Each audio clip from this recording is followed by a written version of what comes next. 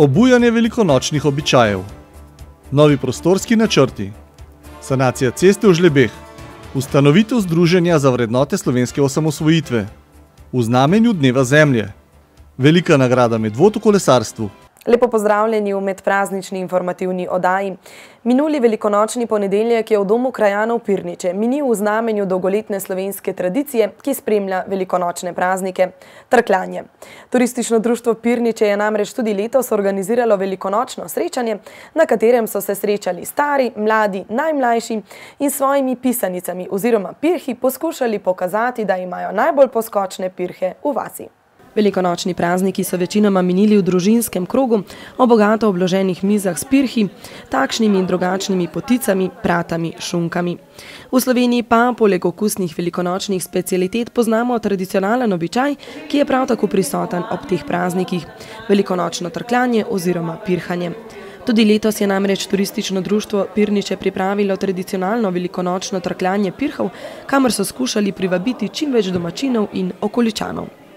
Prvo leto, ko smo to prvič v turističnem društvu naredili v Spodnji Piranški, na travniku v Spodnji Piranški cerkvi Svetega križa, moram reči, da je bilo neverjeten odziv je bil in smo rekli, zakaj ne to ponoviti, glede na dejstvo, da imamo dejansko res vse narejeno, za kar so poskrbeli naši pridni mizarji iz vasi.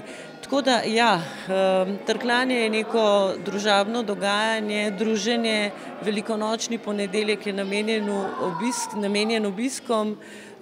V Emaus pravijo, da se gre takrat po tej šegi oziroma po zgodovini. In mi smo rekli, da dajmo to druženje oziroma ta obisk narediti tako, da je to obisk neko druženje krajanov vseh vasi in krajanov konec koncev Medvoške kotline. Igre s pirhi so del velikonočnih šeg. V preteklosti so jih otroci, mladeniči in odrasli igrali v nedeljo zjutraj po maši ali v ponedeljek v vasi ali pred cerkvijo. Za igre so največkrat uporabljali pirhe, včasih trdo kuhana jajca. Najbolj razširjene igre na Slovenskem z manjšimi regionalnimi različicami in poimenovanji so trkljanje, trkanje in ciljanje pirhov. V zadnjih letih pa gredo tovrstni običaji vsaj nekje že v pozabo. Jaz mislim, da gre, ampak mi otroci, čeprav jaz nisem tako, bom rekla, grozno star letnik, ampak mi otroci kot mladina smo na velikonočni ponedeljek obvezno doma trkljali pirhe. Tudi sekali smo pirhe. Moram reči, da v slovenskem prostoru je kar nekaj društev, ki ta običaj velikonočnih praznikov še kar kot tradicijo drži in ohranja. Tukaj smo pa rekli, zakaj ne. Ponoviti zgodbo, ki je bila kar nekaj let, mislim, da 2006 nazadnje ali 2007, da ga enostavno obuditi nazaj. Bilo bi pa precej bolj drugače in prijetneje, če se to dogaja ob cerkvenih okoliških krajih oziroma neposredno v bližini cerkve. Seveda nam je pač vreme malček zagodlo. Pri trkljanju tekmovalci pirhe spuščajo po klančini, največkrat po nekoliko nagnjeni deski in skušajo zadeti jajca sotekmovalcev, ki ležijo na tleh. Če tekmovalčev valeči se pirh zadane nastavljenega, je zadeti pirh njegov. Zmagovalec je tisti, ki zadene največ pirhov. A si že kdaj trkljal oziroma valical, si se že kdaj to igral? Ja, vsako leto na veliko noč se doma to igro igramo. In kako ti je všeč? Zelo. Ponavadi zmagaš ali ne? Ja, kdaj zmagam, kdaj pa ne. Poleg velikonočnega trkljanja pirhov so v turističnem društvu Pirniče pripravili tudi razstavo pirhov in velikonočnih košaric in najlepši izdelek po mnenju komisije tudi bogato nagradili.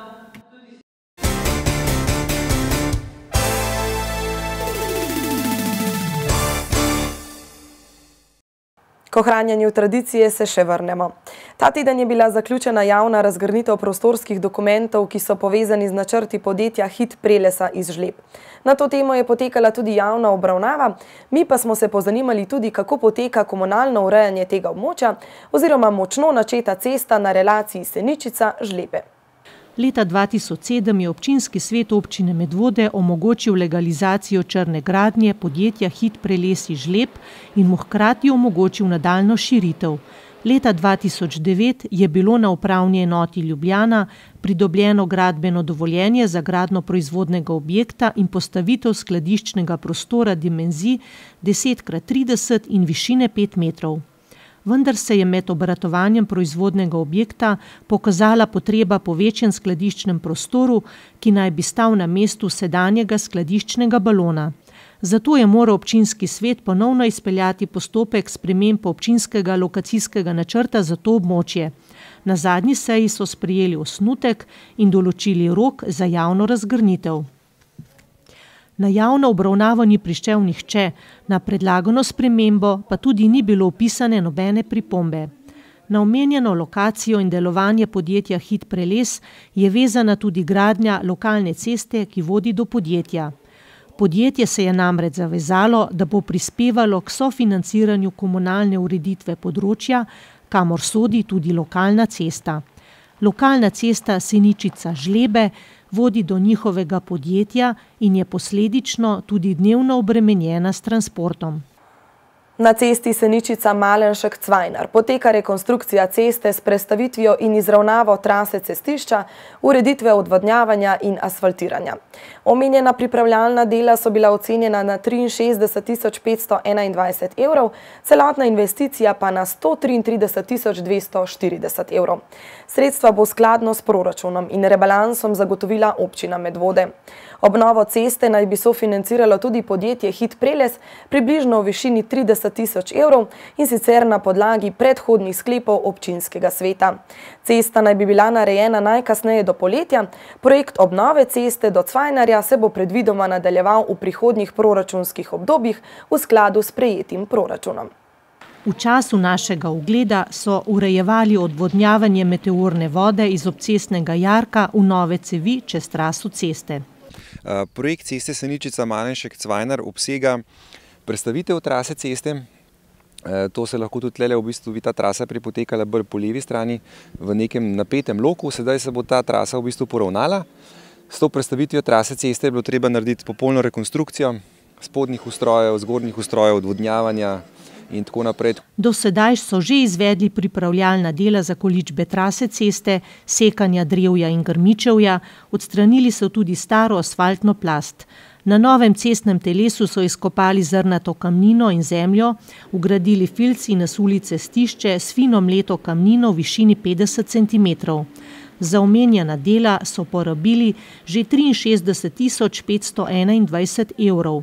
Sedaj se dela nadaljujejo. Lejte, tako kot pri vsakmu projektu, takmole so tudi pri temole so se pojavljale razne težave z dodatnimi soglasji lastnikov, dodatnimi dogovori, ki smo jih potem pač uskladili s pogodbami. Te dogovori so zdaj v bistvu dorečeni, tako da imamo od vseh lastnikov podpisane soglasja, pogodbe so bile dejansko podpisane, tako da dela zdaj potekajo v polnem zamahu in računamo, da bodo do poletja zaključene. Podjetju Hit Preles je bila 31. marca poslana v podpis pogodba o sofinanciranju rekonstrukcije lokalne ceste Seničica-Žlebe. V tej pogodbi je navedeno, da je podjetje dolžno plačati stroške komunalne infrastrukture v višini 29.304 evrov in sicer v 3 enakih mesečnih obrokih. Gradbena dela naj bi bila predvidoma zaključena do poletja. Skladno z željo gradbenega odbora je bilo dogovorjeno, da projektant projektira traso primerne širine po vseh predpisih in pa pločnikom. Tako da v tej fazi se bo izdelala cesta v asfaltni prevleki in pa pločnik.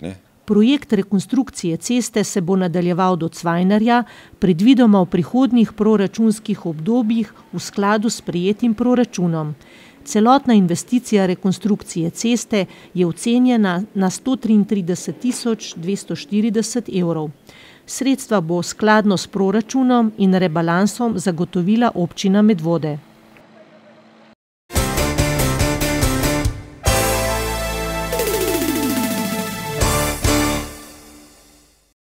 Včeraj je bil v sejni sobi Kmetijske zadruge Medvode ustanovni zbor občinskega odbora Združenja za vrednote slovenske osamosvojitve Medvode in Vodice. Za predsednika so izvolili Marjana Merjasa iz Pirnič.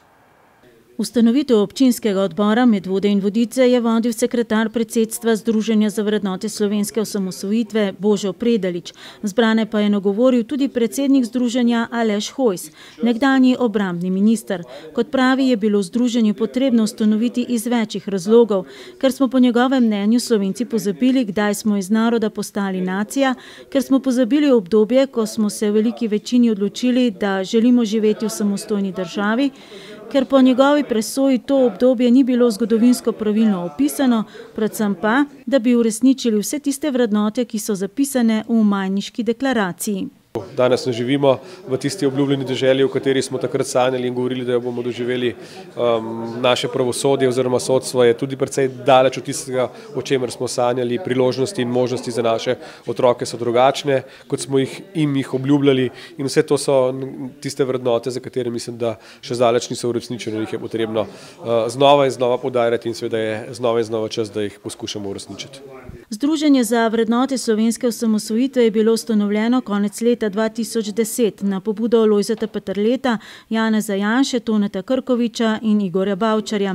Odgovor na vprašanje, zakaj tovrstnim ciljem ni možno slediti znotraj kakšne od političnih strank ali obstoječih združenj, je za Hojsa preprost. Mnogo je domoljubov, ki se politično ne želijo opredeljevati, in veliko je združenj, ki po njegovem mnenju enostransko opisujejo zgodovino. Zato je naše združenje precej širše, ne izključujemo nikogar, torej naše združenje ni združenje desne ali pa leve provenience, ampak je predvsem združenje tistih domoljubov, tistih ljudi, ki smo pred 24 leti verjeli v to našo samostojno državo, torej odprto za vse politične profile. Po drugi strani je pa res, da imamo v Sloveniji kar nekaj združenj, društev, ki bi rekel zelo enostransko opisujejo našo zgodovino. Hojs in Predalič sta na tokratnem ustanovnem zboru prisotni opozorila na morebitno zadrego, ki bi se pojavila med ljudmi za voljo več združenj. Medtem ko je članstvo v Zvezi veteranov vojne za Slovenijo omejeno le na udeležence osamosvojitvene vojne, pa je Združenje za vrednote slovenske osamosvojitve, tako zagotavljajo, odprto za vse. Združenje je v začetku lanskega leta pridobilo status društva, ki deluje v javno dobro, in za svoje poslanstvo, kamor sodi tudi založništvo, prejelo 220 000 evrov. Naše združenje pa seveda ni omejeno samo na tiste, bi rekel, ljudi ali pa tiste člane, ki so v tistem letu sodelovali v naši vojni, ampak je pravzaprav odprto za vse, za mlade, starejše, tiste, ki se same vojne niso udeležili, so pa seveda na kak drug način bistveno prispevali k naši osamosvojitvi, literate, vas novinarje, torej vse tiste, ki nekako so v tistih letih, pa ne samo v tistih letih, torej tudi naše otroke, ki se nekako zavedajo ali pa si želijo zavedati, kaj pomeni osamosvojitev, in zato je seveda naše združenje bistveno širše.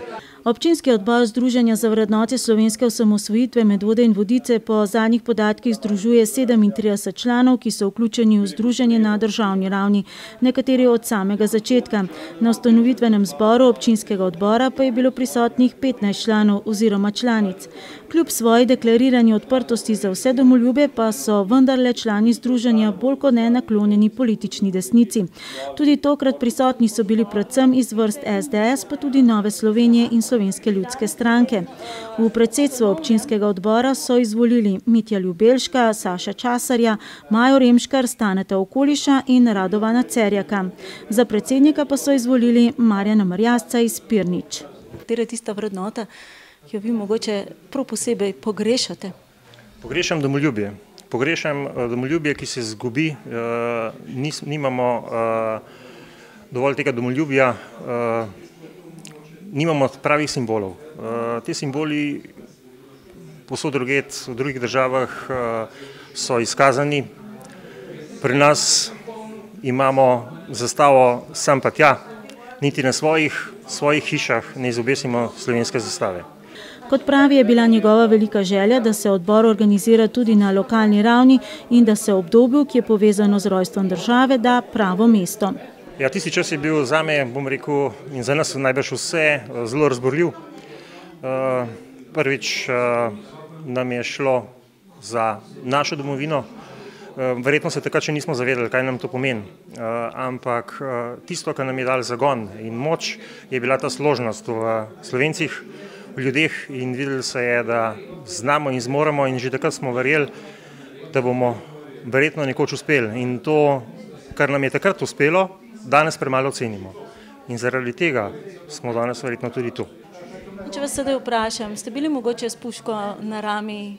Ne, nisem bil s puško na rami, sem bil pa s cevjo iz ročniki, se pravi v gasilski enoti, v kateri smo bili pripravljenosti tiste dni. Naša televizija je doslej dvakrat poročala o dejavnosti združenja. Prvič, ko so podprli odločitev takratnega obrambnega ministra, sedanjega predsednika združenja Aleša Hojsa, da vojašnico komandanta Staneta v Ljubljani preimenuje v vojašnico Edvarda Peperka, in drugič, ko so okrcali aktualnega obrambnega ministra Romana Jakiča, ko je vojašnico v Celju preimenoval po komandantu Stanetu. Hojs, po mami je Pirničan, pravi, da je odločitev poskušal večkrat obrazložiti in da jo je vsak, ki v srcu iskreno misli, tudi sprejel.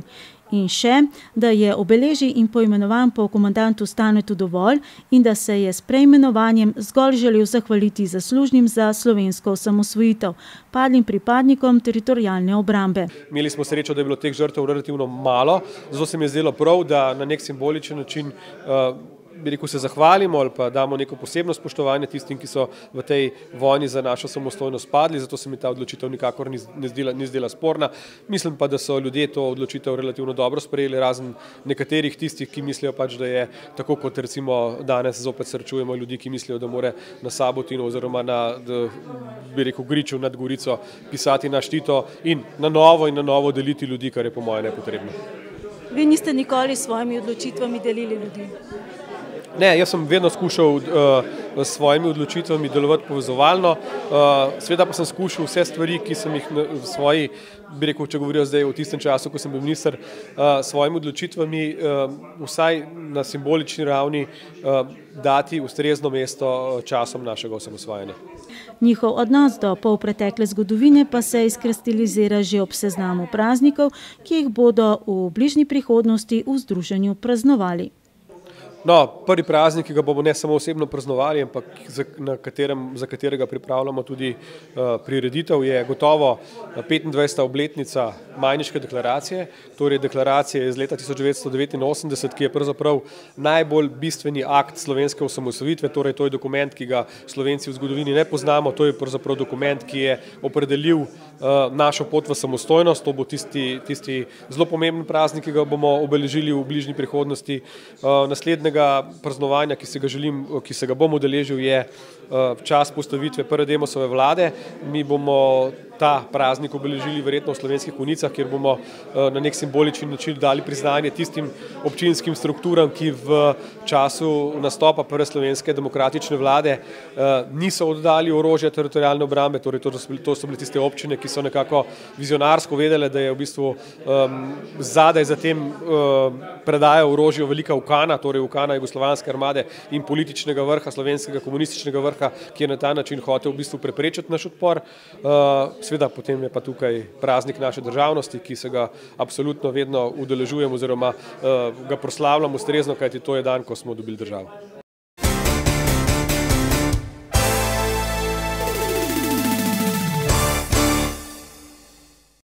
No, nekdanji minister in sedanji predsednik Združenja za vrednote slovenske osamosvojitve Aleš Hojs med prihajajočimi prazniki, ki jih bo praznoval, ni omenil prvih dveh seznama državnih praznikov, dan upora proti okupatorju in praznik dela. Vi pa le preverite, katere prireditve se obetajo ob teh praznikih. Tam se morda celo srečamo.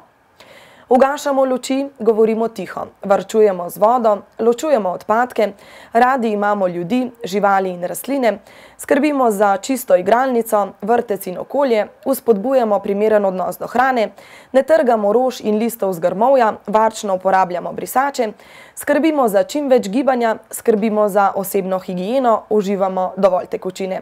To so eko pravila v vseh enotah vrtca Medvode. Od torka pa vse do jutri v vseh enotah vrtca Medvode po celotni občini potekajo tudi dnevi odprtih vrat kot zaključek projekta Eko smo mi. Priložnost je namreč prav prikladna. V torek 22. aprila smo namreč obeležili Dan Zemlje.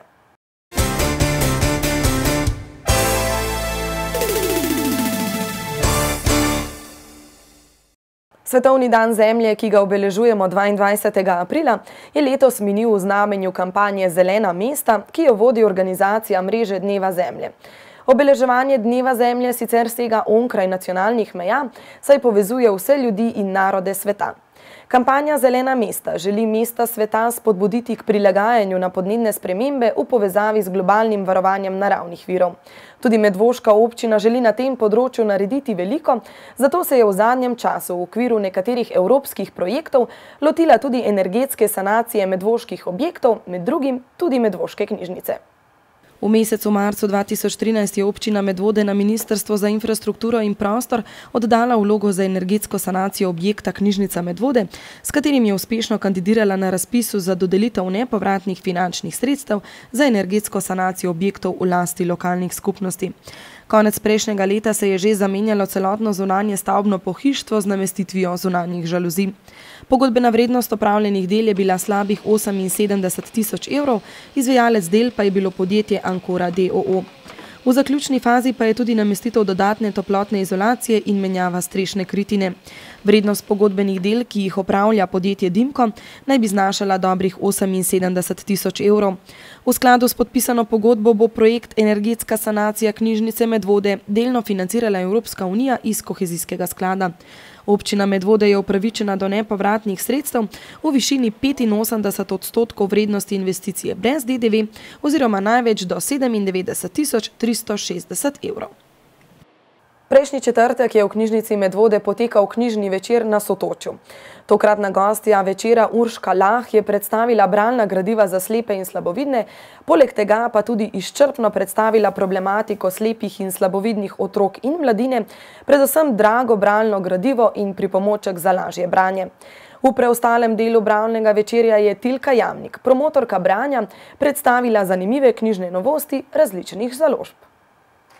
Urška Lah, naša občanka, je že vrsto let zaposlena na Zavodu za slepo in slabovidno mladino v Ljubljani.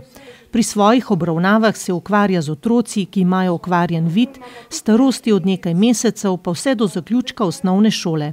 Zelo pomembno je, da se starši skupaj z otrokom čim prej vključijo v strokovno obravnavo otroka, kjer se učijo orientacije, opismenjevanja in branja v Brajlovi pisavi. Že zelo majhnim otrokom ponujamo posebne tipanke ali tipne slikanice, nekateri jih imenujejo tudi taktilno gradivo. To so tiste vrste slikanic, ki jih otrok lahko potipa, poleg tega se pa že seznanja tudi z pisavo v brajici. To pomeni, da lahko potipa tudi posamezne črke v brajici, te pikice. Čeprav jih od začetka ne razume, ampak kasneje, ko začne enkrat brati, mu je lažje. V Sloveniji je približno 100 otrok, ki potrebujejo strokovno pomoč. Vključeni so tudi v Zvezo za slepe in slabovidne v Ljubljani. To sta obenem tudi edini strokovni ustanovi v Sloveniji za slepe in slabovidne. Tako se v zavod vozijo otroci in mladostniki dnevno iz vse Slovenije. Na trgu je tega gradiva zelo malo, teh slikanic, ki bi jih lahko starši za svoje slepe otroke kupili v slovenščini. V Sloveniji je samo nekaj slikanica, vse ostalo pripravljamo še vedno učitelji sami, zato da so otrokom čim bolj dostopna ta gradiva, bodisi leposlovje, razne pravljice ali pa tudi učna gradiva. Proces opismenjevanja je dolg. Slepi potrebujejo knjige napisane v Brajlovi pisavi, medtem pa slabovidni le tisk z velikimi črkami. Poudariti velja, da so knjige nekajkrat dražje od običajnih. Dragi so tudi elektronski bralni pripomočki. Žal pa največje finančne breme nakupa leži na starših otroka. Urško Lah je k sodelovanju na knjižni večer povabila Knjižnica Medvode, ki si v bodoče želi urediti kotiček za branje starejših, ki slabo vidijo. Želijo kupiti tudi bralno povečevalno lupo, ki jim bo omogočala lažje branje. Če bralci slabo vidijo, si lahko pomagajo z raznimi elektronskimi lupami, tudi z navadnimi ročnimi lupami, pa seveda imajo tudi nekatere knjige, se dobijo v povečanem tisku. V nadaljevanju knjižnega večera je promotorka branja predstavila knjižne novosti na slovenskem trgu. V knjižnici pa poteka tudi vseslovenska bralno-spodbujevalna akcija z naslovom V zgodovini so skrite zgodbe, v zgodbah je skrita zgodovina. Pobudniki akcije je slovenska sekcija IBI, Bralno društvo Slovenije, Društvo Bralna značka in pa revija Otrok in knjiga. Ta bralno-spodbujevalna akcija teče nekje od 23. marca, ko je Svetovni dan knjige, in pa do konca šolskega leta, tako da bomo tudi mi kar potegnili z razstavo še naprej. Razstavljene zgodovinske knjige bodo bralci lahko prebirali še naprej tudi med poletnimi počitnicami, ko bo več prostega časa. Zadnje srečanje letošnje sezone knjižnega večera pa bo 15. maja. 23. april je Svetovni dan knjige. Včeraj je knjižnica Medvode pripravila prireditev Noč knjige. O 7:30 zvečer so predstavili metodo EFT, tehniko doseganja čustvene svobode s Piko Rajner, ob 9. zvečer pa delavnico Pozor, poezija je med nami. Vodila jo je Barbara Pregelj iz založbe Malinc. Barbara Pregelj se je poigrala s poezijo tudi dan poprej, in sicer na delavnici Pisanje hrbtne poezije.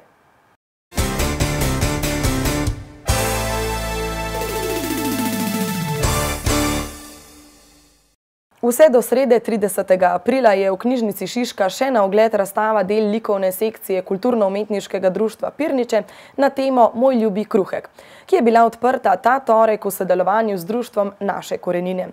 Gre za del projekta, ki je bil predstavljen že lansko leto pod okriljem turističnega društva Pirniče ob Semanjem dnevu. Likovna sekcija kot Pirniče je tokrat gostja društva Naše korenine, ki je bilo ustanovljeno pred 5 leti, prav z namenom zbirati in ohranjati slovensko ljudsko izročilo.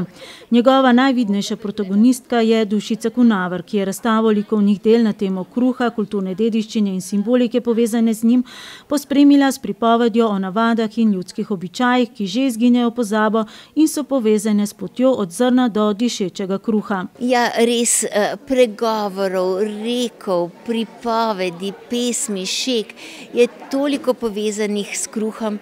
Naš narod je pač preživljal zelo težke čase.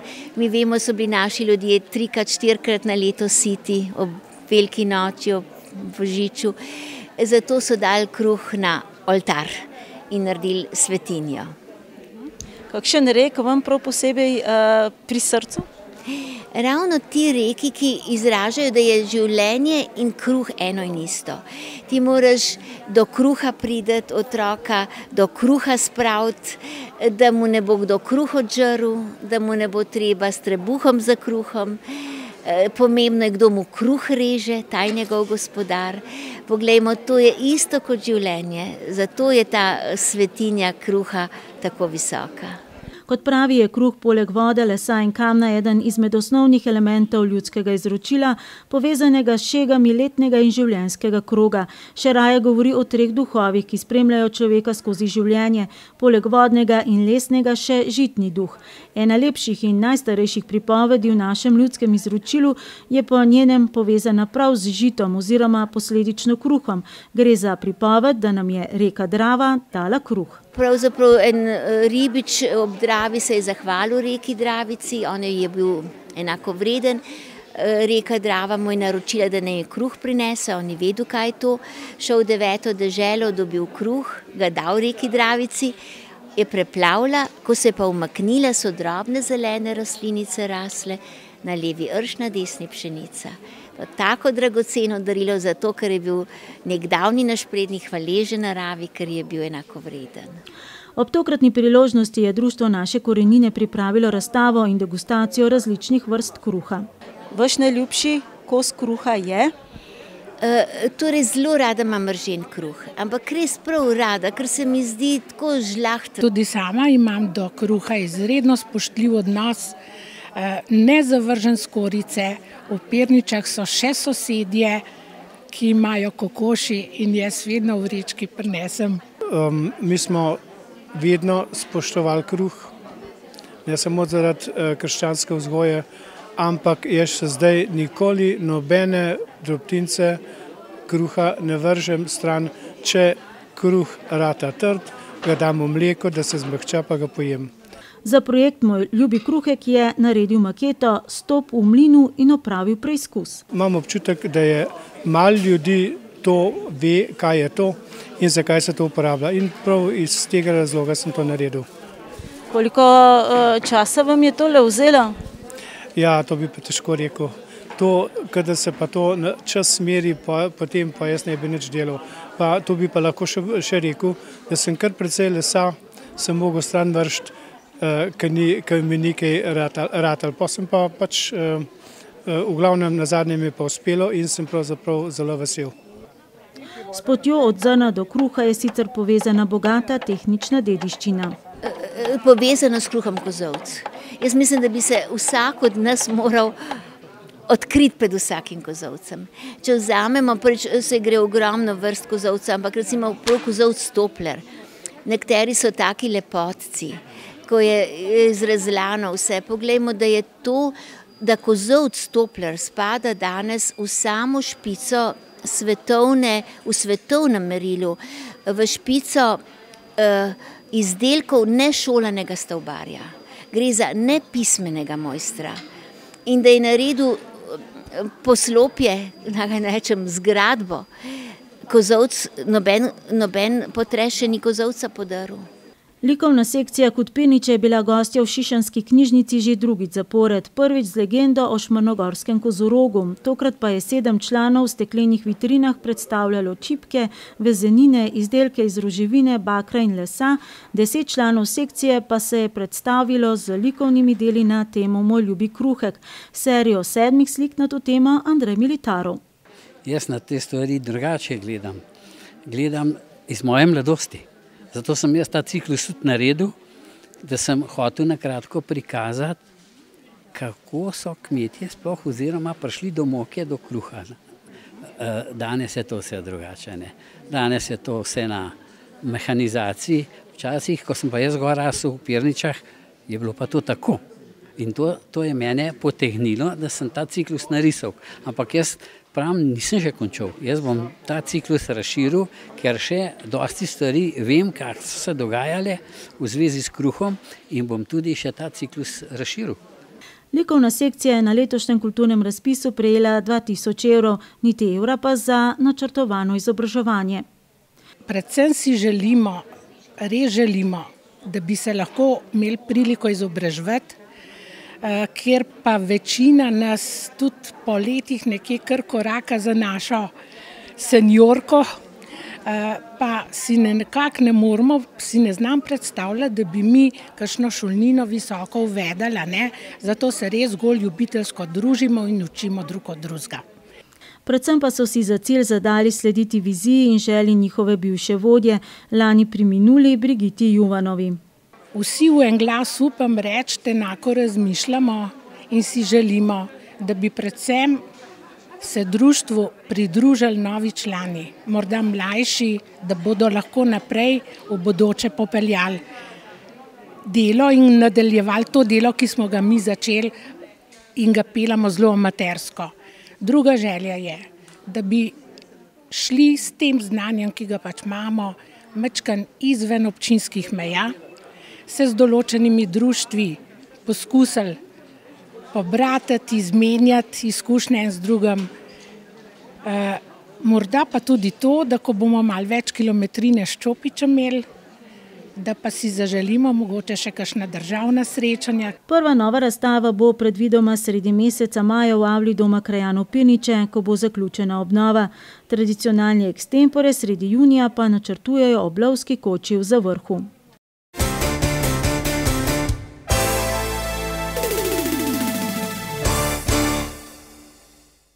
Na velikonočno soboto so se navkljub prazničnemu dnevu v Spodnjih Pirničah zbrali najboljši slovenski kolesarji mlajših kategorij in se pomerili na tradicionalni kolesarski dirki, 15. veliki nagradi občine Medvode.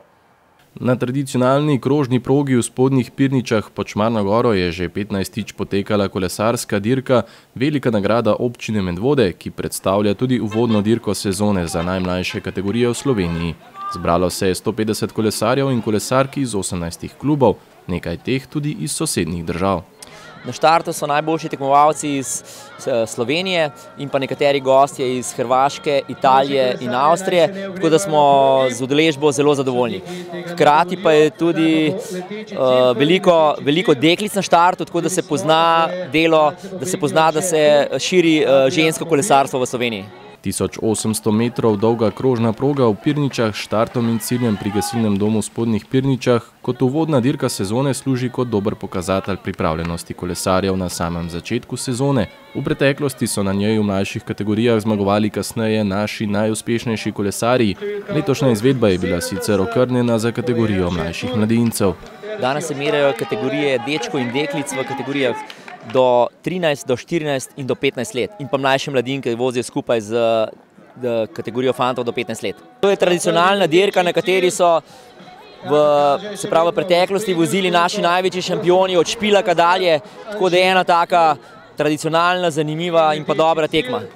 Kolesarji Adrie Mobila so zmage slavili v vseh 3 kategorijah. V najmlajši je bil najhitrejši Aljaž Colnar, med dečki B je slavil Urban Badovinac, v najstarejši konkurenci pa Martin Colnar.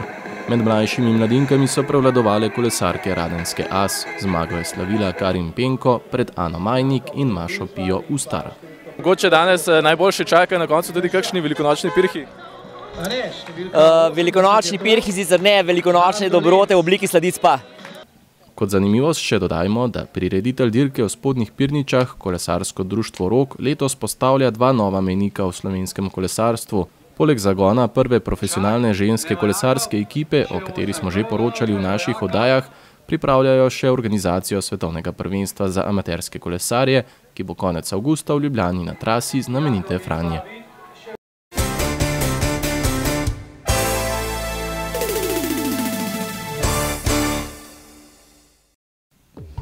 Na prvenstvu Slovenije v dolgih tekih, ki je minulo soboto potekala v Kranju, je Tine Hren na 5000 metrov osvojil drugo mesto med pionirji U16, med pionirkami U16 je bila tretja na 3000 metrov Lucija Šušteršič. Na Bledu je sočasno potekal otvoritveni atletski miting, med članicami na 800 metrov je zmagala Maja Plaznik, starejša sestra Anja je bila tretja. Med mlajšimi mladinkami na 400 metrov je zmagala Nika Gros, Nina Lukančič je bila tretja, med pionirkami U16 je bila nepremagljiva na 1000 metrov Klara Rozman, na isti razdalji med 2 leti mlajšimi vrstnicami je bila druga Kaja Gros, Laura Knific pa je bila med U12 srebrna v teku na 60 metrov in srebrna v teku na 200 metrov.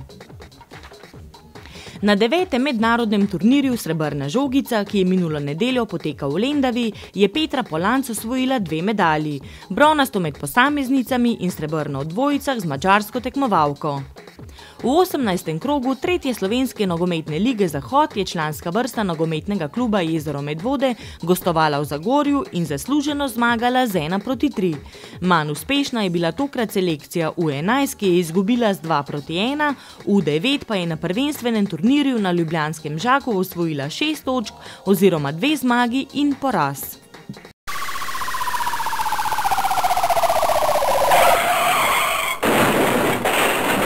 Tudi tokratna črna kronika je malce krajša kot običajno. Prometnih nesreč ni bilo, tatovi pa so v Medvodah ukradli mobilni aparat, iz kleti gorsko kolo in še eno kolo v Medvodah. Na Spodnji Senici so se sprli družinski člani, na ladji pa so policisti posredovali pri kršitvi javnega reda in miru v zasebnem prostoru. Kršitelja bo to posredovanje udarilo tudi po žepu, saj so mu izstavili plačilni nalog. Hvala, ker ste bili tudi tokrat v naši družbi. Želimo vam lepe praznike, z vami pa bomo ponovno v četrtek, ko v Sloveniji obeležujemo Dan dela.